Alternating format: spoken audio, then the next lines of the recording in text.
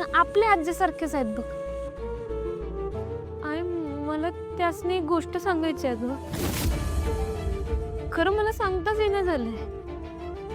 हाय तू संग असशील तर माझं धाडस तर होईल. तू चल की माझ्या संग आणि तिथे लय काय काय झालं तुला सगळं सांगायचं आहे. नाही नाही कमळे, मी नाही येऊ शकत अगं तुझ्या संग. काय मला गरज आहे तुझी. नाही कमळे, कमळे ऐक ऐक.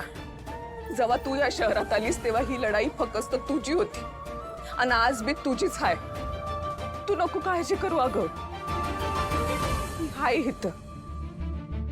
इथं म्हणजे तू कुठं जाणार आहेस. तू तू नको काळजी करू अगं.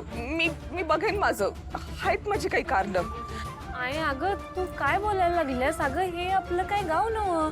आपण इथं शहरात आहे. तू कुठं जाणार आहेस असं का वागायला लागल्यास.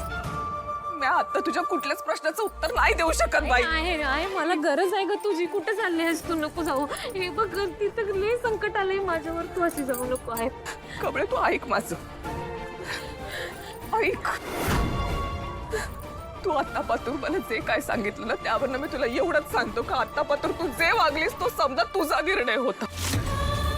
आता तो निर्णय तू कुठल्या काळजीपोटी घेतलास, कुणावर उपकार म्हणून घेतलास का माणुसकी म्हणून घेतलास ते तुझं तुला ठाऊक. पण तू ठरवलंस आणि तू तेच केलंस.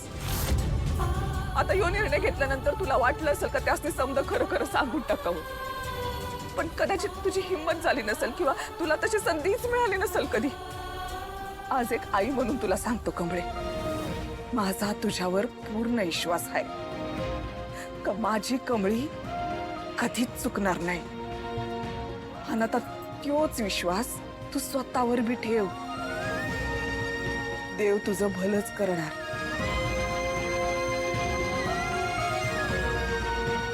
आई तुळजाईचा आशीर्वाद हाय आपल्या पाठीशी.